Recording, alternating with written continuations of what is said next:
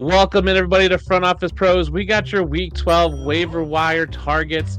I'm here filling in for Steve while he's on vacation. We got Joe as always. Joe, how's it going tonight? Pretty good. How you doing, Dustin? I'm good. Let's dive into these waiver wire targets. Hike! Joe, who's your first waiver wire target for Week 12? Yeah, I'm gonna go with tight end Taysom Hill, and he's coming off of a big game here against the Cleveland Browns. 8 receptions on 10 targets, 50 yards, and then he also had 7 carries for 130 yards and 3 touchdowns as well. I know he's got the bye coming up next week, but I still think he's a worthy add. He's currently sitting at 46.2% rostered in ESPN leagues, as well as 49% rostered in sleeper leagues. So he is right around 50% rostered, but I think if he's happens to be available in your league, go ahead and snatch him up. And as long as that you've got a tight end for this upcoming week, as I mentioned, week 12, he's got a bye, but I think after that, you're going to want him. And look, I don't think the wide receiver position there, I don't think Chris Olave is going to come back this year. So week 13, they've got the Rams, I think is a decent matchup. And yes, MVS is probably, could still get those deep targets, the Rashid Shaheed role, but it's obvious that, Taysom Hill has gotten an obvious bump since Olave's been out. Yeah, my issue with Taysom Hill is, what is his eligibility on the platform you play for? Is it strictly quarterback? Is it tight end? Is it both? I honestly think we should be pushing for him to have running back designation, because I think he's more of a running back than anything else. And so when I'm evaluating him, I'm looking at him against teams and how they do against running backs. You're right. Week 12 is a bye. Week 11, the Rams are 14th best against running backs. That's a decent matchup. Then he's got Giants, then the Commanders, both really good matchups. Green Bay in week 16, 23rd. Then the only issue for me is long-term. He's great for that, but then week 17, he's got the Vegas Raiders, who are really good against running backs. So if you're looking season long, the rest of your fantasy season, I'll worry about him in week 17 if you play that week. But I do think we need to start thinking about Taysom Hill as a running back. So when I'm evaluating, I'm looking at how he is as a running back who can get some pass catches. Yeah, interesting. So as far as his eligibility, I mean, most ESPN leagues he's tight end eligible, but I know I'm in a super flex league on sleeper, and he can play both tight end and the quarterback position. Yeah, sleepers got him as both. So I think that's interesting. I think we'll see maybe some clarification this year after the season on what that's going to be. But who knows? If you can play him and if you have the spot to hold him for a week while he's on by, I think that's a good pickup. Are you enjoying this episode so far? Well, if you are, subscribe to our YouTube channel, smash that like button, and hit the notification bell for upcoming videos. We do videos throughout the year, so you're not going to want to miss what we have in store. What about your second waiver wire target for week 12, Joe? Yeah, I'm going to stay at the tight end position, and I'm going to go with Will Dissly of the Los Angeles Chargers, who I actually, had to play in a pinch here in a league. I was a George Kittle owner, sorry, and needed somebody to play, so I went ahead and picked him up for this matchup against the Cincinnati Bengals.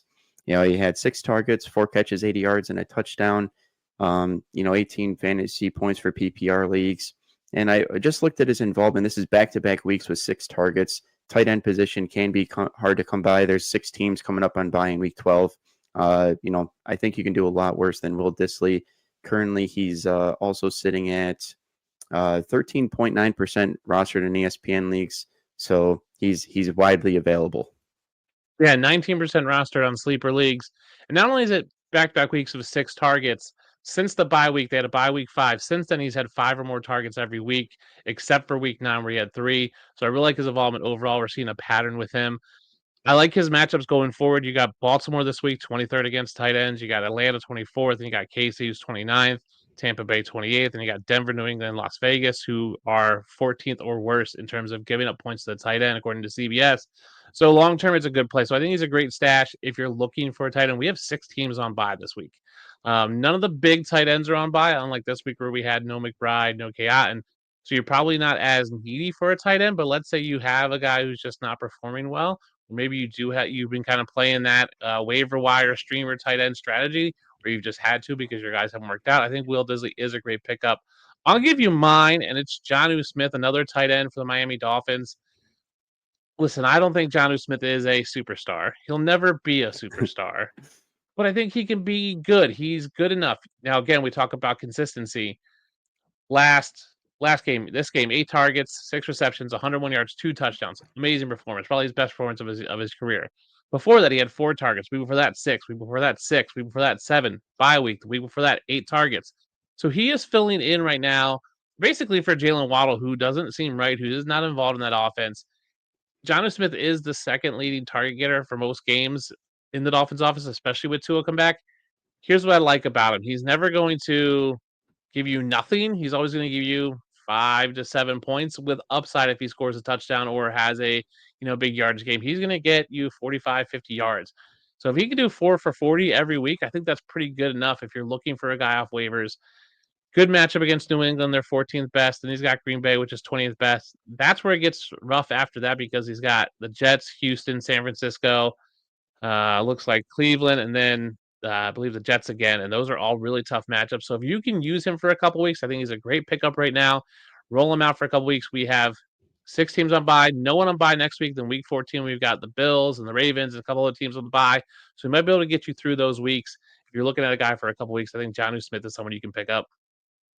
Yeah, I like Jonnu Smitih a lot as well. I mean, you mentioned just his involvement, even prior to Tua coming back, he was pretty involved. But even still, I was kind of nervous, like with Tua coming back, would he look to Jalen Waddle more and Jonnu Smitih kind of go down? But it really hasn't affected him at all. And currently on ESPN, sitting at 31.7% rostered, a little more rostered on Sleeper, 56%. But I do think he's a good option. Had a big game against the Vegas Raiders. Yeah, and like I said, he's not a stellar option, but he's a consistently okay option.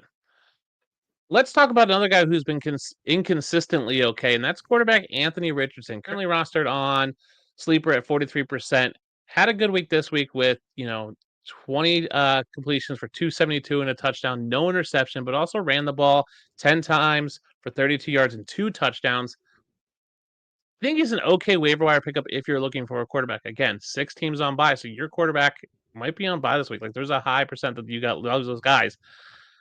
I just wonder if Anthony Richardson can continue to be that. If he doesn't have the rushing upside, is he going to produce these 30-point weeks? No, he's probably going to give you 15 points, which I think is okay coming off the waivers. Who else is out there you're looking at? I don't even know who else might be on waivers. I mean, they're not great options. You're looking at low-end guys. So he has high-end potential. I think he's just low-end. What do you think about Anthony Richardson?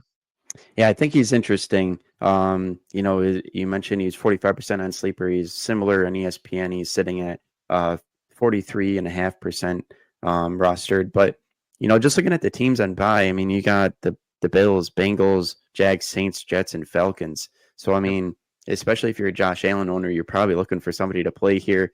I was looking at a guy like Jameis Winston also, who, had a good game against the Saints, but he's got some tough matchups where I feel like this week, Anthony Richardson's got the Detroit Lions. They're a really good run defense. I think you can, beat them against that secondary. But I was actually impressed with some of the, numbers out of Richardson. His completion percentage was actually up to 66.7%, which is always a big knock on him that I like to point out. And then 272 yards and a touchdown against the Jets, who's got some decent corners. I know their defense hasn't been playing the same since Saleh, but still some formidable players. So I think you can do worse this week than Anthony Richardson if you're looking for a possible streamer with, Joe Burrow, Josh Allen, guys like that on bye. Yeah, I don't love the matchup this week against Detroit. I know you're saying you can take advantage of the secondary, but they are they are third by PFF.com. They're third in coverage and third in pass rush.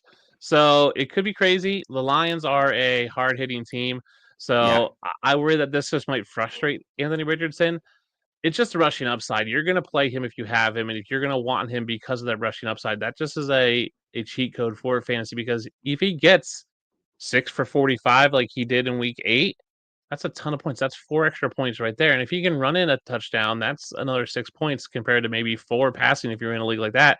The rushing upside for him is always going to be appealing. That's why people still love Justin Fields, even though he's not even starting.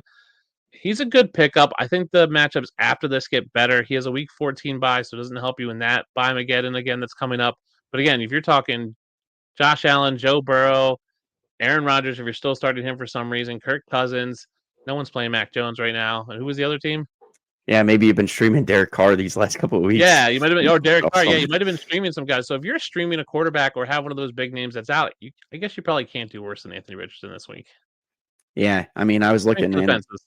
yeah, there's not too many good options, and just the fact that, like you said, he's got the cheat code of the potential rushing upside. If he gets a couple of rushing touchdowns, you'll really be happy. Now we each have a running back. Joe, why don't you tell us who your running back waiver wire pickup is for this week? All right, I'm gonna go with running back Cam Akers, Minnesota Vikings, backing up Aaron Jones. If you've been following along here, Steve and I have been bringing up some handcuffs that you should have on your roster just moving forward as we prepare for the playoffs. And I think Cam Akers is a guy you're going to want to have if you're an Aaron Jones owner, currently sitting at 16.5% rostered on ESPN. This past game, he had 10 carries for 25 yards, also had a couple of receptions, including a receiving touchdown in this one. So I think, for whatever reason, Ty Chandler just they don't like him and they haven't really been using him. So Cam Akers definitely looks to be the guy. And, we've already known Aaron Jones to be a player that gets dinged up and injured. So I think you should go ahead and, at least stash Cam Akers just for security reasons. Yeah, I agree. I think Cam Akers seen his involvement as of late. You said 10 carries this week, 13 last week. Sprinkled in a couple receptions here and there, and that's not really a skill set. But I like the involvement. I think the Vikings are starting to future cast in terms of workload for Aaron Jones, looking at possible playoffs or late season push. Do they save Aaron Jones and kind of get, Cam Akers in? This is seems like his fifth time with the teams, even though it's really only a second. Seems like he gets cut and released from them all the time. I like the matchups this week. It's Chicago, who's 16th best. It's Arizona next week, 19th best, and then Atlanta 17th best. And then it's got some decent matchups, especially in your fantasy playoffs. You're looking at, I think it's week 16, it's Seattle at 22nd best, and then Green Bay in week 17, who are the 23rd best or 23rd worst team giving up points. So they're giving up a ton of points to running backs. So I think you can really get some value out of him later on. I think he's a great pickup now. I'm going to go on the other side of this week's game in week 12 with Chicago, and Roschon Johnson's my running back, who I love. I have loved since the combine. Just a great guy, great leader. We saw him have probably his best game, 10 carries for 33 yards and a touchdown, one catch for 8 yards. What I like about him is they're using him on the goal line. I think that Chicago offense is clicking. It's starting to click now that Shane Waldron's gone. We saw them be better this week. Caleb Williams looked more comfortable. It looks like he wasn't flustered. It looks like they kind of simplified things for him. They have great receivers, so they're able to move the ball. They probably should have won the game if not for like a fingertip, clipping that field goal. I like what I saw from the game. I watched pretty much all the game today from the Packers and Bears. I think Roschon Johnson can continue worked in. It seems like DeAndre Swift is just out when it comes to red zone or anywhere close to the goal line. They're throwing Roschon Johnson in. Let's not forget, Roschon Johnson was a really good college player, and he was backing up Bijan Robinson. So the fact that he had good numbers backing up Bijan Robinson shows me that he is a good player. He just didn't get the opportunities because of the guy in front of him. So I think you can pick him up. He's only 14% rostered right now in Sleeper. Only started in 2% leagues. I think it's just a great thing. Matchups aren't great. It's Minnesota this week. It's Minnesota, then Detroit, which are two tough matchups. Minnesota's third best against running backs. Detroit's eighth.